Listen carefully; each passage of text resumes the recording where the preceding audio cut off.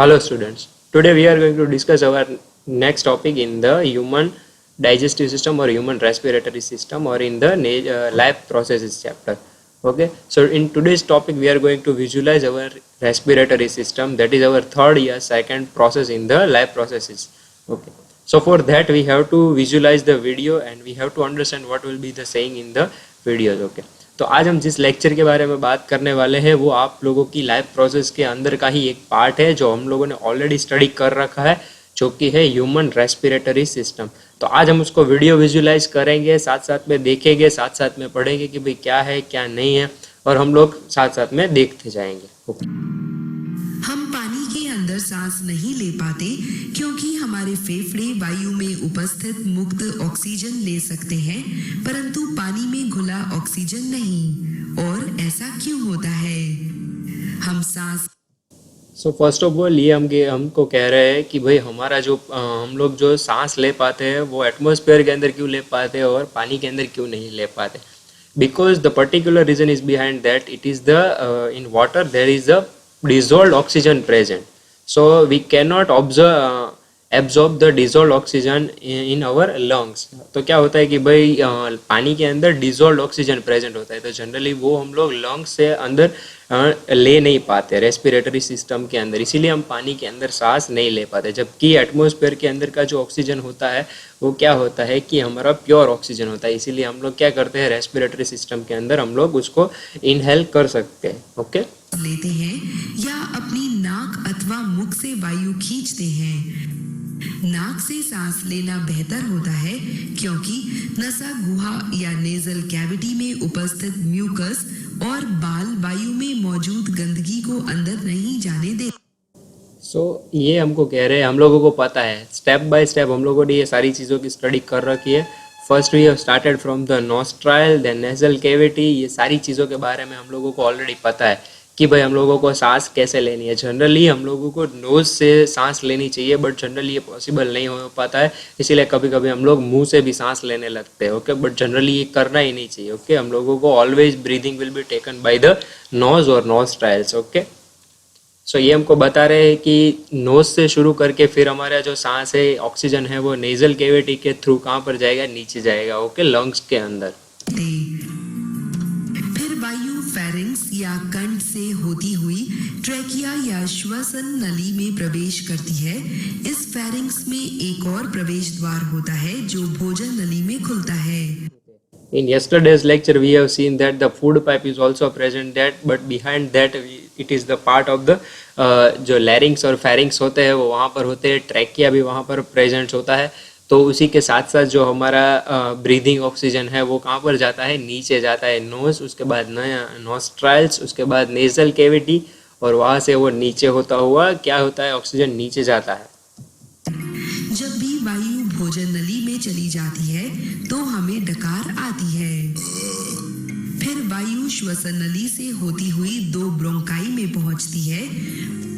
Bronchi की आगे कई महीन शाखाएं होती हैं जिन्हें ब्रोंकियोल्स कहते हैं। ओके, तो जनरली आप लोग देख सकते हो कि कहाँ से कहाँ पहुँचता है। ट्रैकिया के बाद हमारा जो ऑक्सीजन है वो पहुँचता है ब्रोंकाई के अंदर, और ब्रोंकाई में बहुत सारी ब्रोंकलाइट्स में क्या प्रेजेंट होती है, तो वहाँ पर हमारा जो ऑक्सीजन है वो पहुँचता है। उसके बाद क्या होता है, फिर वायु छोटी हवा की थैलियों या एल्वियोलाई में पहुंचती है और विसरण प्रक्रिया के दौरान वायु में उपस्थित ऑक्सीजन पतली दीवारों वाली रक्त धमनियों से रक्त में घुल जाता है। तो यहाँ पर से एल्वियोली में से ऑक्सीजन जो है वो ब्लड में मिक्स होता है, तभी जाकर हमारा ऑक्सीजनेटेड ब्लड क्रिएट होता है। Then this oxygenated blood is goes to the all parts of the body. Okay, इस तरह से रक्त पानी में अवशोषित गैसों का आदान प्रदान नहीं कर सकता, इसलिए हम पानी में सांस लेने में असमर्थ हैं। हम सांस बाहर कैसे छोड़ते हैं? मध्यपट या डायफ्राम नीचे की ओर खिसककर फेफड़ों के विस्तार के लिए स्थान बनाता है, जिससे फेफड़ों में वायु दाब कम हो जाता है। ओके, तो यहाँ पर आप लोग देख सकते हो, यहाँ जो आप लोगों को व्हाइट दिख रहा है वो क्या है, हमारा डायाफ्राम है। तो जनरली वो डायाफ्राम जो है वो क्या होता है, नीचे की ओर सरकता है, इस वजह से लंग्स को लंग्स को एग्जॉस्ट होने के लिए जगह मिलती है। इस वजह से लंग्स जो होते हैं वो क्या होते हैं, एक्सपांड होते हैं। ओके, जब मध्य पट ऊपर उठता है तो फेफड़ों पर दबाव पड़ता है, जिससे फेफड़ों में उपस्थित वायु शरीर से बाहर निकल जाती है, यानी हम सांस छोड़ देते हैं।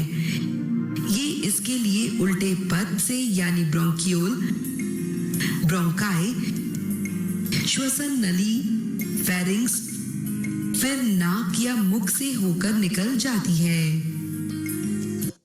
तो ये हमारा ब्रीदिंग आउट हुआ। जब भी क्या होता है तो पूरी की पूरी जो इनहेल में जो प्रोसेस हुई थी उससे बिल्कुल ही रिवर्स प्रोसेस किस में होती है, एक्सेल के अंदर होती है। ओके, तो क्या होता है कि लंग्स जो होते हैं वो एक्सपांड होते हैं, उसके बाद क्या होते हैं वहाँ से जो ब्रीदिंग है वो बाहर निकलता है, फिर ब्रोंकाइल से होके, विंड पाइप से होके, फेरिंक्स से होके, फिर कहाँ निकलता है, नोजल केविटी से बाहर निकलता है, या तो फिर मुख से बाहर निकल जाता है। हम श्वसन की इस प्रक्रिया को 1 मिनट में 12 से 20 बार दोहराते हैं।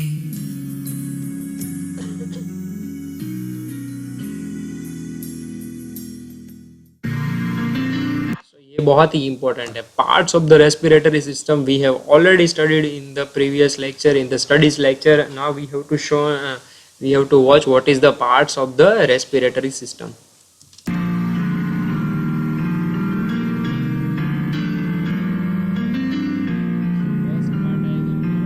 nasal cavity. Okay.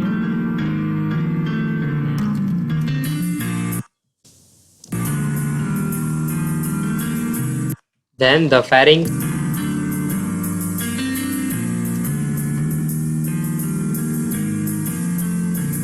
Then trachea, or it is called as the windpipe, and then it goes to the lungs.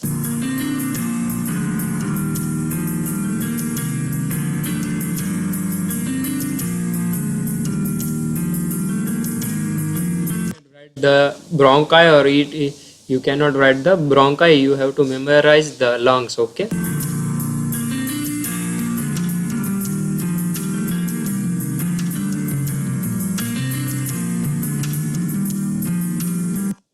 Also in the reverse process you have to exhaust or you have to exhale the oxygen and from the diaphragm to bronchioles from to trachea, or it is called the windpipe, and then you has to go to the nasal cavity. Then your oxygen will be taken out from the in the atmosphere, and then the respiratory system will be closed. Okay, so from this the respiratory system is work. Okay, so ये हमारा video visualisation. Next we will see about the excretory system in the human. Okay, तो वो generally हम लोग देखते हैं उसमें। Okay, so let us study about the excretion system in our human body. Okay,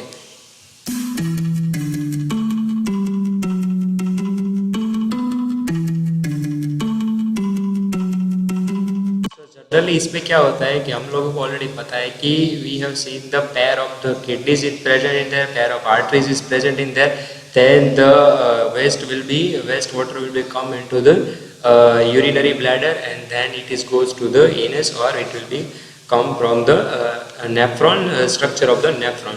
Okay, सो ये सारी चीज़ें आप लोगों ने ऑलरेडी स्टडी कर रखी है कि भाई हमारा जो नेफ्रॉन है वो क्या वर्क करता है, हमारा जो किडनीज का जो पार्ट है वो क्या करता है। जनरली हमारा जो किडनीज है वो फिल्ट्रेशन करता है, उसके बाद आर्टरीज के थ्रू वो कहाँ पर जाता है, हमारा जाता है नेफ्रॉन के अंदर। नेफ्रॉन में अंदर क्या होता है, तो नेफ्रॉन के अंदर जनरली ग्लोमेरुल्स होता है। ओके, ग्लोमेरुल्स का जो स्ट्रक्चर है वो सारी चीज़ों को फिल्ट्रेशन कर देता है, और वो फिल्ट्रेशन करने के बाद हमारा जो पूरा का पूरा वेस्ट वाटर है वो कहाँ पर आता है, फिल्ट्रेशन होने के बाद यूरिनरी ब्लैडर के थ्रू बाहर निकल जाता है यूरिन के फॉर्म के अंदर। ओके,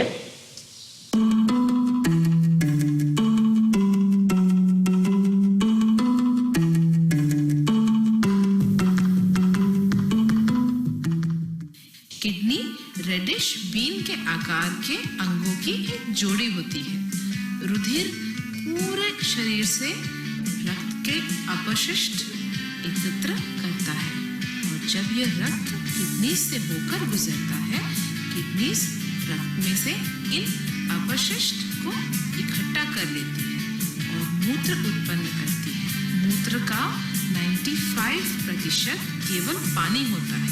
किडनी छोटे छोटे नेफ्रॉन से मिलकर बनती है। सो ये आप लोगों को पता है किडनीज जो है वो कैसे बनती है, छोटे छोटे नेफ्रॉन्स को इकट्ठा करके क्या बनती है, हमारी किडनीज जो है वो बनती है। ओके, जनरली हम लोगों को स्ट्रक्चर ऑफ नेफ्रॉन पता है। स्ट्रक्चर ऑफ नेफ्रॉन के अंदर ग्लोमेरुल्स प्रेजेंट होते हैं। जो ग्लोमेरुल्स का काम क्या होता है, वो होता है किसी भी वेस्ट मटेरियल्स को फिल्टरेशन करवाना। ओके, जो रक्त को छानने का काम करते हैं। किडनी से यूरिन 2 ट्यूब्स में जाता है जिन्हें मूत्रवाहिनी कहते हैं। यूरिटर यानी कि हमारा जो यूरिन है वो वहाँ से पास होके निकलता है, इस वजह से उसको क्या कहेंगे, यूरिटर कहेंगे हम लोग। और फिर ये थोड़े समय तक मूत्राशय यानी कि यूरिनरी ब्लैडर में जाकर जमा रहता है। यूरिटरी से फिर हमारा जो पूरा का पूरा यूरिन है वो कहाँ पर पहुँचता है, यूरिनरी ब्लैडर के अंदर पहुँचता है। ओके, ये मूत्र रंध्र से बाहर निकल जाता है जो कि एक पेशीय नली जिसे यूथ्रा कहते हैं के अंत में स्थित होता है।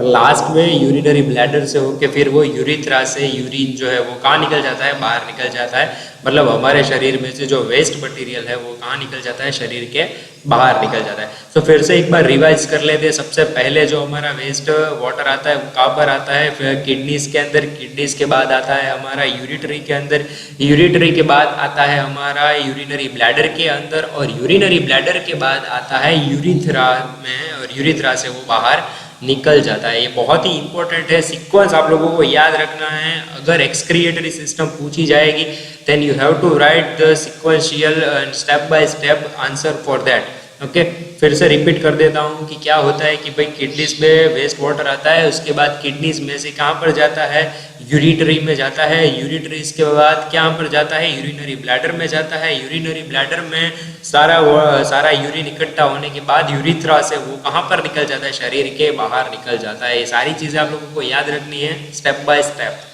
उस प्रक्रिया से जिससे कि जीवों के शरीर से हानिकारक तत्व बाहर निकाले जाते हैं उसे एक्सक्रीशन कहते हैं। हमारा पाचन तंत्र किडनीज यानी कि वुक्क या गुर्दे, यूट्रस यानी कि मूत्रवाहिनी, यूरिनरी ब्लैडर यानी कि मूत्राशय और यूरिथ्रा यानी कि मूत्र मार्ग से मिलकर बनता है। Okay, so that's it for today. और आज आप लोगों को ये सारी चीज़ें जो है वो मैंने दिखाई है, तो आप लोगों को वो फिर से एक बार रिपीट कर लेनी है, रिवाइज कर लेनी है। बोर्ड के एग्जाम पॉइंट ऑफ व्यू से बहुत ही इंपॉर्टेंट है। ये चैप्टर जो है वो 6 मार्क्स का है, तो आप लोगों को 4 मार्क्स का एक जो क्वेश्चन पूछा जाएगा उसमें जनरली एक्सक्रिएटरी सिस्टम पूछी जा सकती है, और स्ट्रक्चर ऑफ नेफ्रॉन जो है वो बहुत ही इंपॉर्टेंट है, जनरली वो आपको स्टडी करवाना और बहुत ही इंपॉर्टेंट है। ओके, तो वो आप लोगों को लिखना भी है, स्ट्रक्चर ऑफ नेफ्रॉन जो है, और पूरा का पूरा एक्सक्रिएटरी सिस्टम जो है वो भी आप लोगों को चेक कर लेना है। ओके, तो that's it for today. Thank you very much for hearing this lecture. If you had any kind of doubt you can ask me on the comment section, you can ask me on the Instagram, or you can ask me on the WhatsApp. I am available there. Okay, till then, bye bye everyone.